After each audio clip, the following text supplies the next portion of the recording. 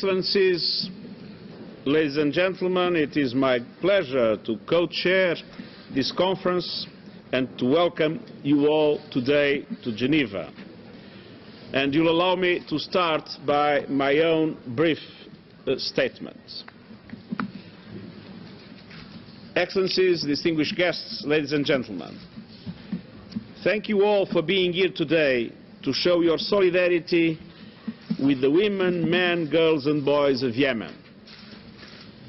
And I want to thank my co-chairs, the governments of Sweden and Switzerland, for hosting this conference for the second year and for their continued humanitarian commitment. Yemen is the world's worst humanitarian crisis. As the conflict enters its fourth year, more than 22 million people, 3/4 of the population, need humanitarian aid and protection.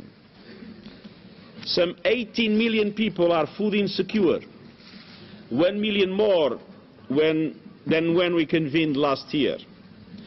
And the horrifying 8.4 million of these people do not know how they will obtain their next meal. Millions of Yemenis do not have access to safe drinking water. Last year, 1 million people suffered from watery diarrhea and cholera. Half of all health facilities are shut or not working properly, meaning there is a high risk of another cholera epidemic. Treatable illnesses become a death sentence when local health services are suspended and it is impossible to travel outside the country. Civilians have been facing indiscriminate attacks, bombing, snipers, unexploded ordnance, crossfire, kidnappings, rape and arbitrary detention. Every 10 minutes, a child under 5 dies of preventable causes. And nearly 3 million children under 5 and pregnant or lactating women are actually malnourished. Nearly half of all children aged between 6 months and 5 years old are chronically malnourished and suffer from stunting, which causes development delays and reduced ability to learn throughout their entire lives. Some 2 million children are out of school, and 2,500 schools have been destroyed or are not being used for their original purpose. Children are being forcibly recruited to fight or put to work to support their families. And families across the country are sliding into debt and coping in any way they can. Child marriage rates have escalated. Nearly 2/3 of girls are married before the age of 18 and many before they are 15. 3/4 of displaced people are women and children, and women and girls among them face an increasing risk of sexual and gender-based violence.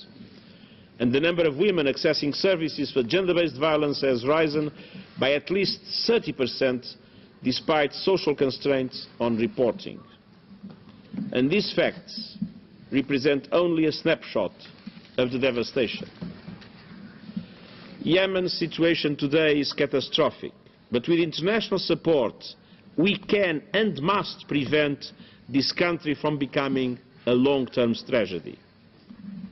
Excellencies, ladies and gentlemen, the 2018 humanitarian response plan for Yemen requires $2.96 billion to reach more than 13 million people across the country. And we have a strong foundation on which to build. The humanitarian operation has expanded dramatically. At the start of last year, partners were reaching 3 million people per month with food assistance. By August, we were reaching more than 7 million people every month. At the height of the cholera epidemic, more than 1,000 oral rehydration centers and 23 diarrhea treatment centers were in operation, up from only 25 such centers earlier in this year. Thanks to humanitarian agencies and our partners, the cholera epidemic has been contained, and famine, even if famine is a technical concept that doesn't really describe the reality, as many, many people are hungry, but famine has so far been averted, although there is no room for complacency on either count. Your generosity made this work possible. But your generosity is well deserved by the Yemeni people. In my capacity as High Commissioner for Refugees, and during more than 10 years, I worked closely with Yemen. Yemen has always received Somali refugees in big numbers coming to the country and granting them prima facie refugee status, something that unfortunately many other countries around the world refuse to do, even if their resources and capacities are much larger than the resources and capacities of the Yemeni people. The Yemeni people has always been extremely generous to those that came to Yemen in search of protection and assistance. And so our generosity is also a duty to match the generosity that Yemenis always have shown to those in need that have been able to seek their protection. Last year, donor conference raised $1.1 billion for humanitarian action in Yemen. This year, the United Nations and our partners on the ground are ready to do everything possible to expand our support even further. But we need resources. Donors have already stepped forward. The governments of Saudi Arabia and the United Arab Emirates have generously provided $930 million for the humanitarian response plan. They have also pledged to secure an additional $500 million from the region, and I deeply thank them. Other donors have contributed some $293 million. This means that we have already met 40% of our requirements for the year. But the scale of suffering that we see in Yemen requires rapid, full funding for the 2018 response plan. And the plan is prioritized so that every dollar goes where it is urgently needed. I urge all to do whatever it is possible, because the Yemeni people needs and deserves it. Excellencies, ladies and gentlemen, my second message here today is that humanitarians must be able to reach the people who need help, and to do so without conditions. Humanitarian agencies and their partners need full and unconditional access at all times. But humanitarian agents report access constraints in 90% of districts in Yemen. All ports must remain open to humanitarian and commercial cargo for the medicines, the food and the fuel needed to deliver them. And Sana's airport is also a lifeline that must be kept open.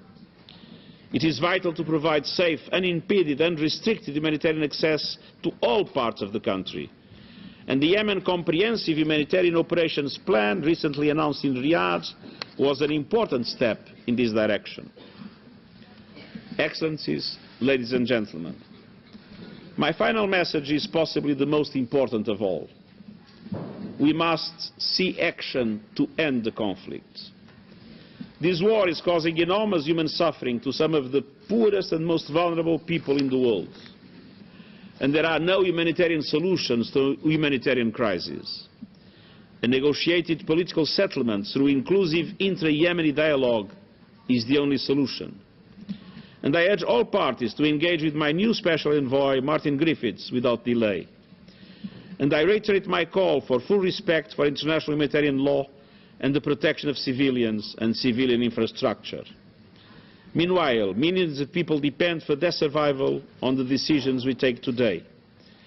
And I hope you will match your participation here with action to support humanitarian operations and to move decisively towards lasting peace in Yemen. Thank you.